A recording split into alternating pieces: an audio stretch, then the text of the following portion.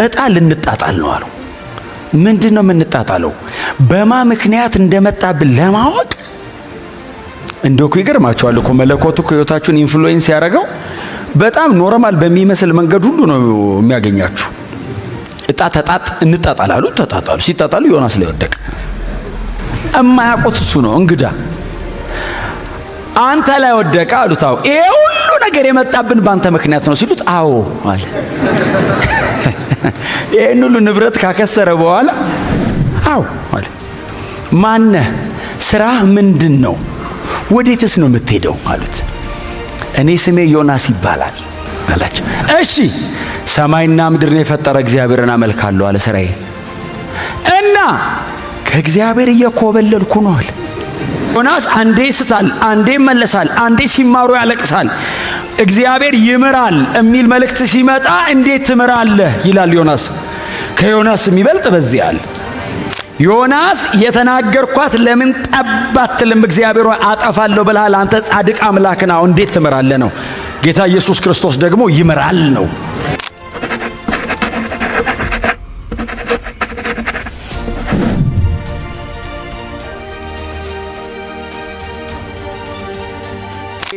ይሄ ነብይ አይ ቲንክ በጣም በብዙዎቻችሁ ዘንድ የሚታወቅ ነብይ ነው። በብሉይ ኪዳን መጽሐፍ ላይ በጣም እንደዚህ አይነት መንገድ የሚያልፉ ብዙ ነቢያት የሉንም አይደል? በጣም በተለየ አይነት መንገድ ውስጥ እግዚአብሔር የዮናስን ፈቃድ፣ የዮናስን መንገድ፣ የዮናስን ሕይወት እግዚአብሔር ተጭኖ ፈቃዱን እንዴት አድርጎ እንደሚፈጽም ነው የምናነበው በዚህ 4 ምዕራፍ ውስጥ በነብዩ ሕይወትና አገልግሎት። እንግዲህ ምናልባት ረዘም ያለ ዘመን ያገለገለው ሰሜን እስራኤል ይባላል። ይሄ ነብይ ያገለገለበት ቦታ ሰሜን እስራኤል ይባላል።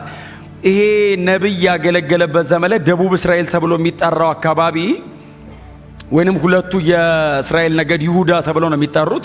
ደቡብ እስራኤል አካባቢ እነ አሞጽ ነበር የሚያገለግሉት። ይሄኛው ደግሞ ሰሜን እስራኤል ወይንም 10 ነገድ ያለበት አገር ላይ ሰፋ የሚለው የእስራኤል ክልል ላይ ነው ያገለግል የነበረውና ይሄ ነብይ እግዚአብሔር አስነስቶት እንዲያገለግል ሲያደርገው ኤልሳ አገልግሎት እንደጨረሰ ወዲያው አካባቢ ነው ዮናስን ደግሞ እግዚአብሔር በሕዝቡ መካከል ያስነሳው።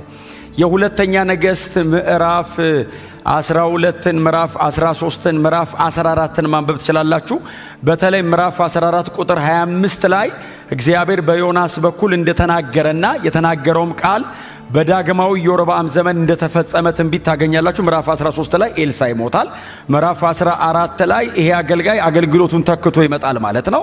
ስለዚህ በሰሜን እስራኤል የተነሳ በጣም ታላቅ የሚባል ነብይ ነው። በ7ኛው ዓመተ ዓለም ገደማ አካባቢ ያገለገለ ሰው ነው። ይሄ መጽሐፍ ራሱ 760 አካባቢ ነው የተጻፈው። 760 ዓመተ ዓለም ገደማ ማለት ነው የተጻፈው እና ይሄ አገልጋይ ካገለገለ በኋላ እግር በእግር በዚህ አገልጋይ ተተክቶ የተነሳው ደግሞ ነብዩ ሆሴዕ ነው። ሆሴዕም የዚሁ የሰሜን እስራኤል አካባቢ ተወልዶ ያደገ አይነት ነብይ ነው። በጣም የሚገርማችሁ ሰሜን እስራኤል በጣም ብዙ ነቢያት ተነስተዋል።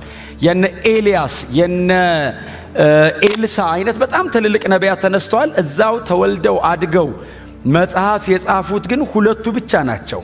ይሄኛውና ሆሴዕ ማለት ነው። ሁለቱ ብቻ ናቸው በሰሜን እስራኤል ተወልደው ያደጉ ነቢያት በስማቸው መጽሐፍ ያላቸው። እና ዮናስን እግዚአብሔር ተነሳ አለው። አቤት አለ። እንግዲህ ያው ልልክ ነው አለው። ወዴት ነው የምትልከኝ ሲለው ወደ ነነዌ ነው የምልክህ አለው። ነነዌ ክፋቷ፣ አመጿ፣ በደሏ፣ ኃጢአቷ በእኔ ዘንድ ደርሷልና ተነስተ ወደ ነነዌ ሂድ። ወደ አሶር ማለት ነው። ነነዌ ማለት የአሶራውያን ዋና መቀመጫ ከተማ ናት። አሶራውያን እጅግ በጣም ጨካኝ ናቸው። የምታስታውሱ ከሆነ ዮናስ የኖረበትን አገር ማርከው የወሰዱት አሶራውያን ናቸው። ባቢሎን የወሰደው ወይንም እነ ዳንኤልና እነ ሕዝቅኤል የነበሩበትን የወሰደው ይሁዳን ነው። ይሁዳን የወሰደው እነዚህን መጥተው ያጠፏቸው አሶራውያን ናቸው። አሶር በጣም በጣም ጨካኝ ነው እና እግዚአብሔር ተነሳለውና ወደ አሶር ነው መልካም። የአሶር ዋና ከተማው ደግሞ ወደ ነነዌ ትሄድና እግዚአብሔር ከተማይቱን ሊያጠፋት ነው ብለ በከተማይቱ መካከል ቁምና ጩ ሲለው መቼስ ዮናስን በጣም በደለኛ ለማድረግ አንሞክርም። በእውነት ነው የምላችሁ። ምን ያህሎቻችንን እግዚአብሔር እንደዚህ አይነት ነገር ቢናገረ ሄደን እንደምንጮ እርግጠኛ አይደለም። እንኳን ነነዌ ይቅርና ቸርች መተው ጩ ቢለን ምን ያህሎቻችን እንደምንጮ እርግጠኛ አይደለም። እና ሂድና ወደ ነነዌ ሂድ አለው። ከተማይቱ በጣም ትልቅ ናት። የ3 ቀን መንገድ ያክል ታክላለች ይላል ክሮስ ለማድረግ 3 ቀን በጣም ትልቅ ነው ማለት ነው። 3 ቀን ማለት እኮ ከአዲስ አበባ በላይ ነው። ክሮስ ለማድረግ 3 ቀን ነው። በጣም ግዙፍ ነው።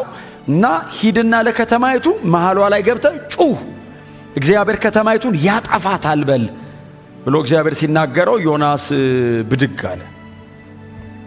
ዮናስም የሚል ቃል አለ አይደል? ከእግዚአብሔር ፊት ኮበለለ የሚል ቃል አለ። ከእግዚአብሔር ፊት አይኮበለልም። እሱ ያሰበውን ነው የጻፈው እንጂ ወዴት ትሄዳለህ? እግዚአብሔር በሁሉ ቦታ ነው ያለው። ከእግዚአብሔር ፊት ዮናስ ተነስቶ ኮበለለ።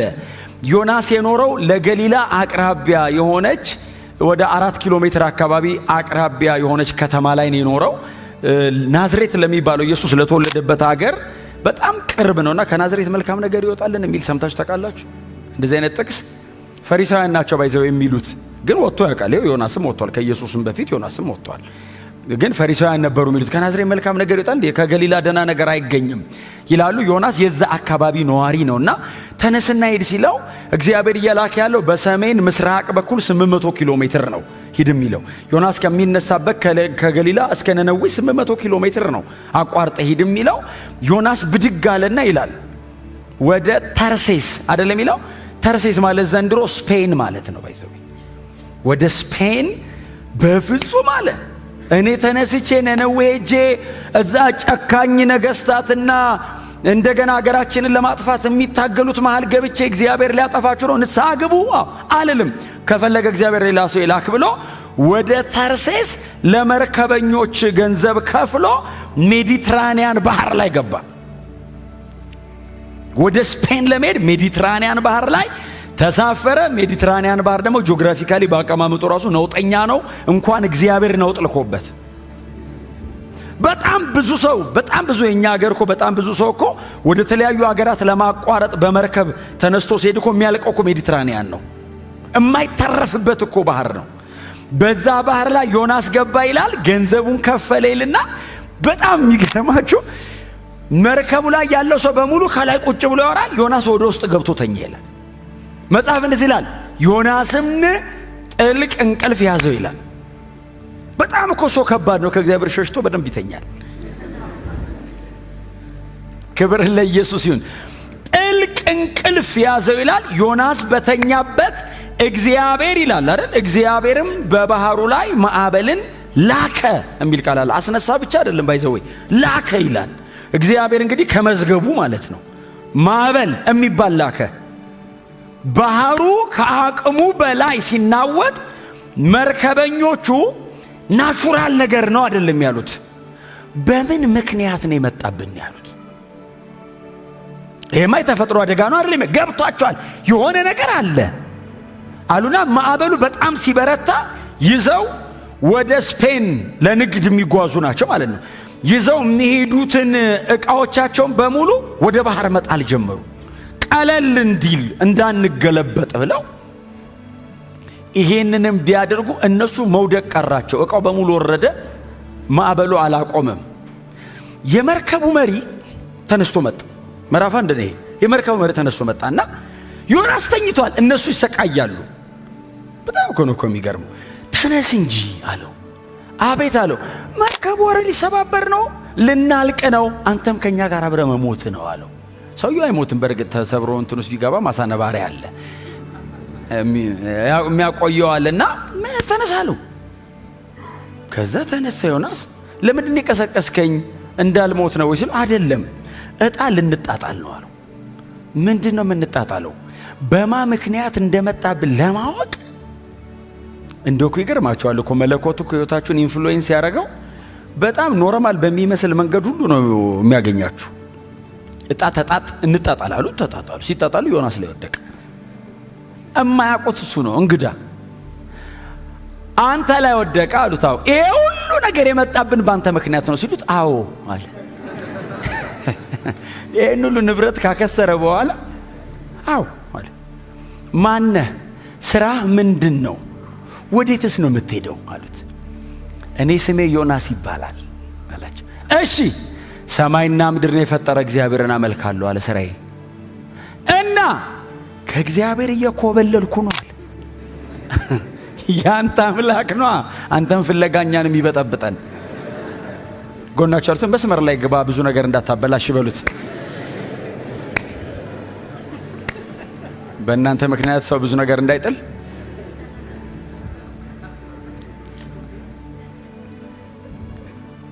ከዛ ምን እናርግብህ አሉት። ምንድነው የምናረግብህ ሲሉት ወደ ባህር ጣሉኝ አላቸው። በጣም እኮ ነው የሚገርም። ጥፋቱ የኔ ነው፣ አዎ አምኛለሁ። ወርውሩኝ ሲላቸው መጽሐፍ ሲናገር እግዚአብሔር አሳ ነባሪ አዘጋጅቶ ነበር። እኔ አንዳንድ የመጽሐፍ ቅዱስ ጥቅስ መቼስ በቁሙ ነው የማምነው። መጽሐፍ ቅዱስን ሊትራል ነው የማምነው። በቁሙ ማለት እንደተጻፈ ነው የማምነው። አሳ ነባሪ ነበር የሚል አይደለም አይደል የሚለው አዘጋጀ ይላል። እንግዲህ አይ ቲንክ ዌልስ ይመስለኛል እንትን ላይሆን ይችላል፣ ሻርክ አይነት ላይሆን ይችላል። ሻርክ እንትኑ ጥርሱም እንትን አይልም አያሳልፍም። ዌልስ ግን በጣም ግዙፍ ነው አይደል? አሁን አይ ቲንክ በምድር ላይ በህይወት ያለ ግዙፍ እሱ ይመስለኛል። እጅግ ግዙፍ ነው። አዘጋጀው መጣ እንትኑ አጠገብ ዮናስን ይዞ ሊሄድ እንኳን መጽሐፍ ቅዱስ ላይ ሆነ ዘንድሮ ቢሆን ሲጀመር አናምንም። በአንተ ምክንያት ነው ብንባልም እሺ አንልም እንዴ? ባህር መሃል ነው። በዛ ላይ የሁሉ ማዕበል እያለ ማን ነው ነፍሱን ሰውቶ ባህር ውስጥ የሚገባ እያመለጠ ያለ ሰውዬ? በቆርቆሮ ሲል ልክ ሲወረውሩት አሳ ነባሪው አገኘው። አንዳንድ ሞመንቶች ቢጻፉልን ከባድ አይደሉ? ዮናስ አሳ ነባሪውን አሁን ሲያገኘው የሚሰማው ስሜት ምን አይነት ስሜት ነው? አሳ ነባሪውን ዮናስ ሲገናኙ አፉን ከፍቶ ዋጡ። ዮኒስ ገባ፣ ውስጥ ገብቶ ቁጭ አለ። እንኳን መጽሐፍ ቅዱስ ገብቶ ቁጭ አለ። ምዕራፍ 2 ዮናስ በአሳ ነባሪ ሆድ ውስጥ የጸለየው ጸሎት አዳር አሳ ነባሪ ሆድ ውስጥ አዳር። ብራዘር እንቅልፍ የለም፣ ይጸልያል ይላል። አንተ አሁን ሰዎች ምንድነው የሚሉት? አሳ ነባሪ ሲውጠው አምላኩ ቀጣው ነው የሚሉት። እየመለሰው ነው አይሉም። አሳ ነባሪው ዮናስን ይዞ ወደ ተርሴስ እኮ እየሄደ ነው፣ ወደ ነነዌ። እነሱ ወደ ተርሴስ ኦልሬዲ በጣም ረጅም ስለሄዱ ወደ ነነዌ ዞሮ እየሄደ እኮ ነው አሳ ነባሪው። አሳ ነባሪውና ዮናስ ወደ ነነዌ እየሄዱ እግዚአብሔር ለዮናስ ጊዜውን እንዲጠቀም መሃል ላይ የንስሐ ዕድል ሰጠው። ሲተፋ መልእክተኛ እንዲሆን ወርዶም ንስሐ እንዳይገባ ማለት ነው። እዚህ ሆድ ውስጥ ጨረሰ ንስሐውን። በጣም ይገርማቸዋል። ያነበበው በኋላ አንድ ነገር ላሳየው ስለምፈልግ ምዕራፍ 2 ላይ አንድ ነገር ላንብብላችሁ። ምዕራፍ 2 ላይ ምዕራፍ 2 ቁጥር 2 ምንድነው የሚለው? እንዲህም አለ ይላል ዮናስ፣ ተጨንቄ ሳለሁ ወደ እግዚአብሔር ተጣራው፣ እርሱ መለሰልኝ ይልና እናንተ እጅ ላይ ምንድነው የሚለው? ከሲኦል አይደለም የሚለው? ከመቃብሩም ጥልቅ እርዳታን ፈልጌ ተጣራው፣ አንተም ጮቴን ሰማ ይላል። ሊትራሊ ዮናስ ምንድነው የሚለው? ከሲኦል ሆኜ ጮሃለሁ አለ። አሁን ይሄ በቃ ሞት ነው አለ። ሞት ነው። አሁን ከሲኦል ሆድ ውስጥ ሆኜ አምላኬ እግዚአብሔር ወደ አንተ እጣራለሁ፣ እጮሃለሁ፣ አንተም ሰማኸኝ ይላል። እግዚአብሔር ይመስገን። አሳ ነባሪ ሆድ ውስጥ ነው ያለው፣ አልሞተም። አሳ ነባሪ ሆድ ውስጥ ነው ያለው፣ ኮንሸስ ነው። አሳ ነባሪ ሆድ ውስጥ ነው ያለው፣ እየጸለየ ነው። እና ለ3 ቀን ያክል በአሳ ነባሪ ሆድ ውስጥ ከቆየ በኋላ መጽሐፍ ቅዱስ ሲናገር ምዕራፍ 2ን አንብቡት። ከምዕራፍ 2 ውጪ የተቀሩ 3ቱ ምዕራፎች እስከ ምዕራፍ 4 ድረስ ያለው በኖርማል ትረካ መልክ ነው የተቀመጠው። ምዕራፍ 2 ብቻ ነው በመዝሙር አይነት መልክ ነው የቀረበው። የጸሎት መዝሙር አይነት ነው ዮናስ የዘመረው። እንግዲህ በእኛም ዘመን ይኖረዋል መሃል ላይ አንዳንድ ግጥም። እኔ መዝሙር ብዙ ስለማላቅ ነው አስገብተናል ብዬ አስባለሁ። ከሲኦል ሆድ ውስጥ ሆኖ በግጥም አይነት መልክ ነው የቀረበው። ጸሎቱን በዜማ ነው ያደረገው ዮናስ። አሁን ይህንን እየጻፈልን ያለው ዮናስ እየነገረው የሆነ ሰው አይደለም የጻፈው፣ ራሱ ነው የጻፈው። በአሳ ነባሪ ሆድ ውስጥ 3 ቀን የተቀመጠ ዮናስ ድፍን 3 ቀን በአሳ ነባሪ ሆድ ውስጥ ተቀመጠ። በአንበሪ ሆድ ውስጥ ነው አይደለም የሚለው? በአንበሪ ሆድ ውስጥ፣ አንበሪ ይለዋል ጌታ ኢየሱስ ሲጠራው፣ አሳ ነባሪ እንደማለት ነው። በዛ ሆድ ውስጥ ለ3 ቀን ያክል ዮናስ ተቀመጠ። መጽሐፍ ሲናገር እግዚአብሔርም አሳ ነባሪውን አዘዘው ይላል። ክብር ለኢየሱስ ይሁን። እግዚአብሔርም አሳ ነባሪውን አዘዘው፣ አሳ ነባሪውም ዮናስን ምዕራፍ 2 ቁጥር 10 በጣም አጭር ናቸው ምዕራፎቹ።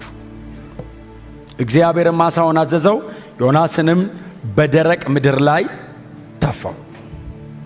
ልክ ዮናስን ሲተፋው የእግዚአብሔር ቃል ለሁለተኛ ጊዜ ወደ ዮናስ እንዲህ ሲል መጣ። ክብር ለኢየሱስ ይሁን። ወደ ነነዌ ሂድ አለ። የመጀመሪያው አልሄድም ማለቱ አሳ ነባሪ ሆድ ውስጥ አስገብቶታል። ስለዚህ ዮናስ አሁን ሰከንድ ቻንስ የሚባል ሌላ ነገር እያሰበ አይደለም። ወደ ነነዌ ከተማ እሄዳለሁ፣ እግዚአብሔር የምትለኝን በሙሉ እናገራለሁ ሲለው ወደ ነነዌ ከተማ ሂድ፣ እኔ የምልህን ተናገር፣ ከተማይቱ ልጠፋ ነው፣ ምድሪቱ ልጠፋ ነው።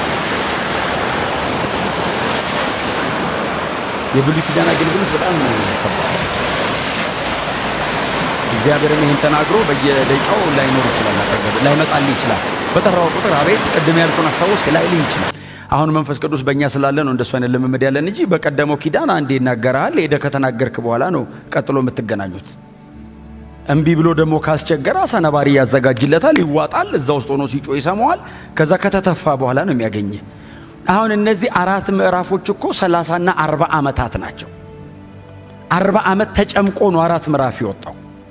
ለአንድ መልእክት ነው እግዚአብሔር 40 ዓመት ሙሉ ሰብስቦ ዮናስን ይዞ ኮንሱም እያረገበት ያለው። 40ውን ዓመት እግዚአብሔር እየወሰደው ያለው እዚች ምዕራፍ 3 ላይ ላለች ለአንድ መልእክት ነው። ከተማይቱ ትገለበጣለች፣ ንስሐ ግቡ ለማለት ብቻ። እቺን እንዲልለት ነው እግዚአብሔር ኢንፍሉዌንስ የሚያደርገው ሰውየውን። እቺን አልልም ሲል እግዚአብሔር ማዕበል ያስነሳል። እቺን አልልም ሲል የዮናስን ዕድሜ እግዚአብሔር የወሰደው እቺን እንዲልለት ነው። እግዚአብሔር ለምን እንደሚፈልገን እንድናውቅ ይርዳን።